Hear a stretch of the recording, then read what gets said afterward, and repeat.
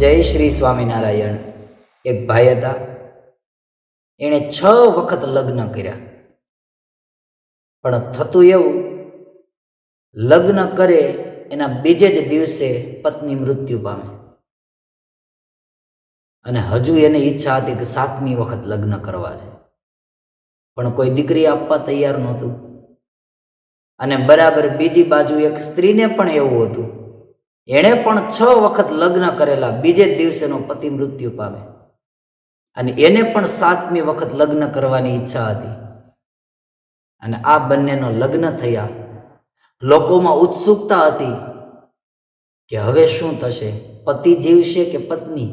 લગ્નના બીજે દિવસે સવારે માણસોનું ટોળું ભેગું થઈ ગયું કે કોણ જીવે છે ને કોણ મર્યું. આ બાજુ દરવાજો ખુલ્યો અને આગળની સ્ટોરી જાણવી છે.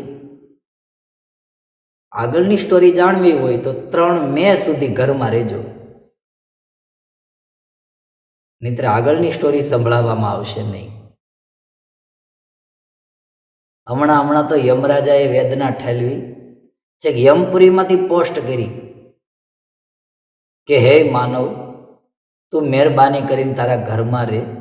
આ તમારી પળોજણમાં છેલ્લા 3 મહિનાથી હું મારા ઘરે નથી ગયો.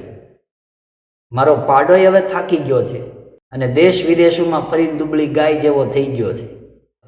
એકવાર યમરાજાએ બધા યમદૂતોને બોલાવ્યા, કેમ હમણાં કોઈ પૃથ્વીલોકમાંથી જીવ આવતું નથી? યમદૂતો કે શું કરીએ, અમે પહોંચીએ એ પહેલાં 108 પહોંચી જાય છે. એક માણસ યમપુરીમાં ગયો, બહારથી બેલ બજાવે.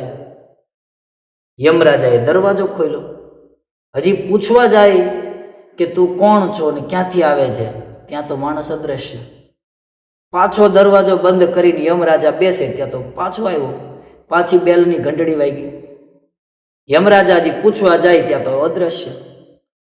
3-4 વખત આવું થયું એટલે યમરાજાને દાજ ચડી કે હવે આવે એટલે પકડી જ લઉં પહેલાં તો.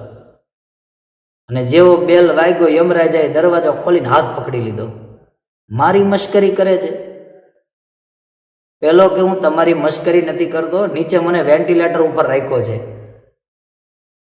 અમુક લોકોને પોલીસના દંડા ન પડે ને એટલે એની ઘરવાળીને સાથે લઈને બહાર નીકળે. ભાઈ, અમે પણ ગુજરાતમાં જ રહીએ છીએ. અમે પણ તમે જે ઘઉં ખાઓ ને એ જ ખાઈએ છીએ. મોર તો બોલશે જ.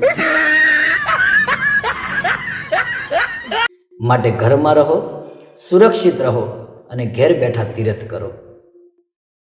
પૂજ્ય ગુરુ મહારાજ કહે છે, માણસ દુનિયાભરમાં સુખ શોધતો ફરે છે, હકીકતમાં સુખ તો માણસની અંદર સમાયેલું છે.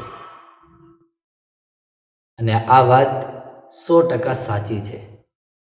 માણસ જીવનમાં દેશ પરદેશોમાં દુનિયાભરમાં માણસ સુખની શોધમાં ફરે છે, પણ ખરું સુખ તો આપણી અંદર ભરેલું છે. સુખ કોઈ વસ્તુ, સાધન, પદાર્થમાં નથી. આપણે પોતે જ આનંદમય છીએ, આપણે પોતે જ સુખમય છીએ. પૂજ્ય ધર્મવલ્લભ સ્વામી એક દ્રષ્ટાંત આપે છે, બહુ જૂનું દ્રષ્ટાંત છે કે એક વૃદ્ધ ડોશીમાં એક લેમ્પના અજવાળે કંઈક શોધખોળ કરતા હશે.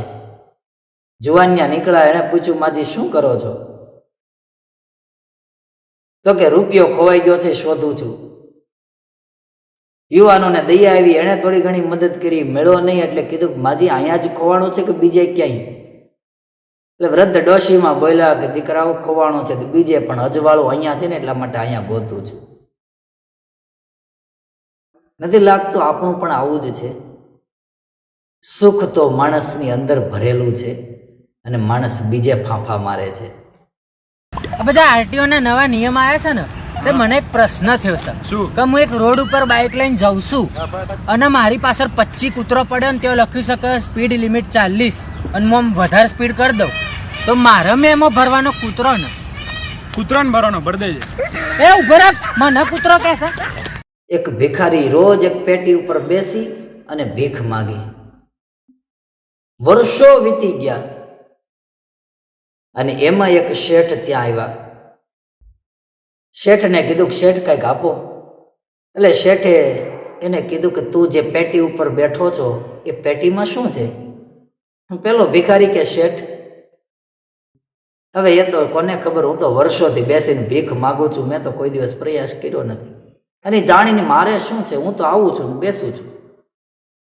શેઠ કે પણ તું જોતો ખરો અંદર શું ભર્યું છે? અરે શેઠ, તમે 2 રૂપિયા આપવા હોય તો આપો, બાકી એ કોણ પળોજણ કરે. શેઠ કે તું જેના ઉપર બેસીને ભીખ માગે છે એ શું છે અંદર, એ તો તું જાણવાનો પ્રયાસ કર. એટલે ભિખારીને એમ થયું કે શેઠની વાતે સાચી, વર્ષોથી આની ઉપર બેસીને ભીખ માગું છું, શું છે જોઈ તો લઉં. એક મોટો પથ્થર લઈ અને તાળું હતું, એ બહુ જૂનું કાંટી ગયેલું તાળું, પથ્થરથી તાળું તોડ્યું અને પેટી ખોલી. ત્યાં તો અંદર હીરા માણેક રત્નો ઝવેરાત ભરેલા. આને આપણે કરોડપતિ ભિખારી પણ કહી શકીએ. વાલા ભાવિકો, આપણે બહાર સુખ શોધખોળ કરતા હોય પણ હકીકતમાં સુખ આપણી અંદર ભરેલું છે.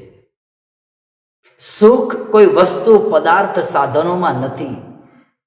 આજે માણસ London, America, Italy, Israel, Thailand ફરવા માટે જાય છે, સુખ મેળવવા માટે જાય છે, પણ સુખ મળતું નથી. લોકડાઉનને કારણે તમે બધા ઘરે બેસો છો ત્યારે કોઈએ બહુ સરસ લખ્યું છે કે કર્મ તારા સારા છે તો કિસ્મત તારી દાસી છે, અને સ્વભાવ તારો સારો છે તો ઘરમાં જ મથુરા અને કાશી છે. અસ્તુ. જય શ્રી સ્વામિનારાયણ.